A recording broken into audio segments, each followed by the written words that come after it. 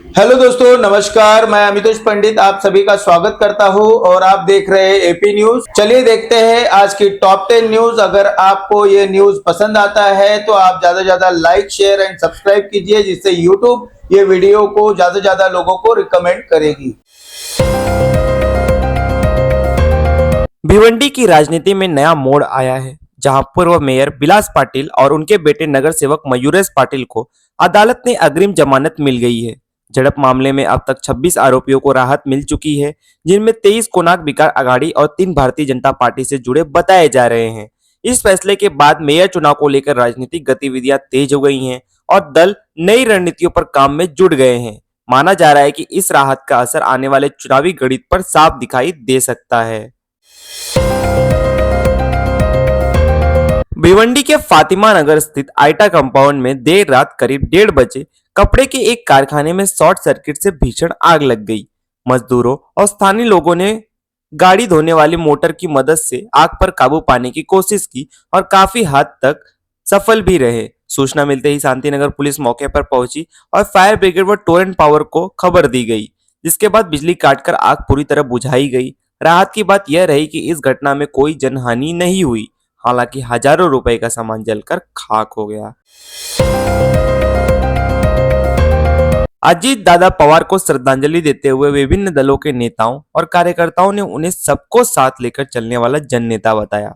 वक्ताओं ने कहा कि दादा ने हमेशा धर्म और समाज के ऊपर उठकर काम किया, माइनॉरिटी को प्रतिनिधित्व दिया और जरूरत पड़ने पर भाषण तक रोक दिया करते थे।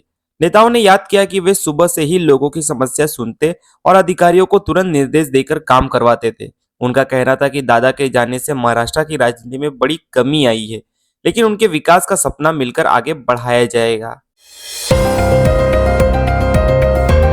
मालेगांव नगर निगम में मेयर चुनाव के नतीजे ने सबको हैरान कर दिया, जहां इस्लामिक पार्टी की उम्मीदवार नसरीन बानो शेख ने सिंधे गुट की लता घोड़के को 25 वोटों से हराकर कुर्सी अपने नाम कर ली। नसरीन बानो को कुल 43 वोट मिले। उनकी पार्टी के साथ समाजवादी पार्टी और कांग्रेस के पारदर्शों का भी समर्थन शामिल रहा। इस परिणाम के बाद शहर में जश्न का माहौल है। वहीं राजनीतिक गलियारों में चर्चा है कि बदले समीकरणों ने बड़ी पार्टियों की रणनीति को पीछे छोड़ दिया है। अब सभी की नजर इस बात पर है कि नई मेयर के नेतृत्व में शहर की सियासत किस तरह आगे बढ़ेगी। भारतीय जनता पार्टी की ओर से रितु तावड़े को मुंबई महापौर पद के लिए घोषित किए जाने के बाद सियासत गर्मा गई है। उन्होंने कहा कि जिम्मेदारी बढ़ गई है और मुंबईकरों की अपेक्षाओं पर खरा उतरना उनकी प्राथमिकता होगी। रितु तावड़े ने साफ कहा कि शहर में अवैध घुसपैठ और फुटपाथों पर कब्जा करने का मुद्दा प्रमुख रहेगा और इस दिशा में सख्त कदम उठाए जाएंगे। उन्होंने यह भी दोहराया कि महिलाओं की भागीदारी और सुरक्षा को केंद्र में रखकर सरकार आगे काम करेगी और अपनी योजनाएं बनाएगी। दिल्ली में मौसम अब करवट लेता दिख रहा है। मौसम विभाग के अनुसार 8 फरवरी से पश्चिम विक्षोभ सक्रिय होगा, जिसका असर पहाड़ी राज्यों से एनसीआर पर भी पड़ सकता है। आने वाले दिनों में अधिकतम तापमान 24 से 26 डिग्री तक पहुंच सकता है, जबकि न्यूनतम तापमान में धीरे धीरे बढ़ोतरी होगी।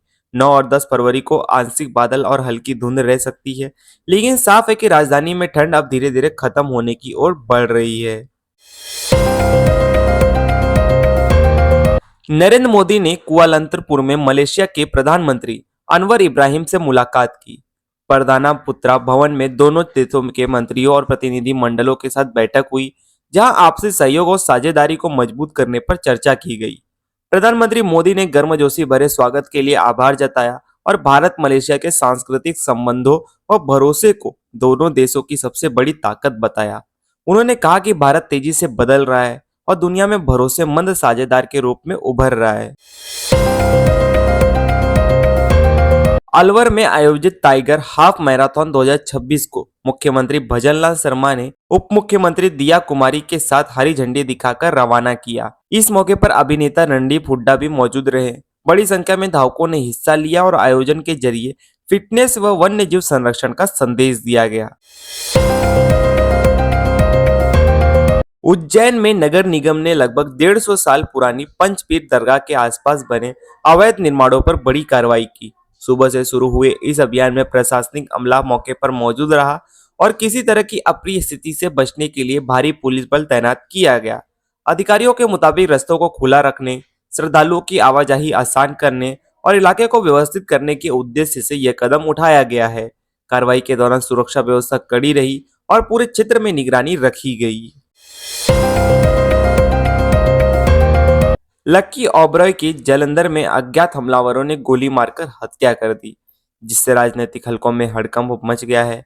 आम आदमी पार्टी से जुड़े ओबरॉय पर हमले की सूचना मिलते ही पुलिस ने घेराबंदी शुरू की और बाद में मुठभेड़ के दौरान मुख्य आरोपी को गिरफ्तार कर लिया गया।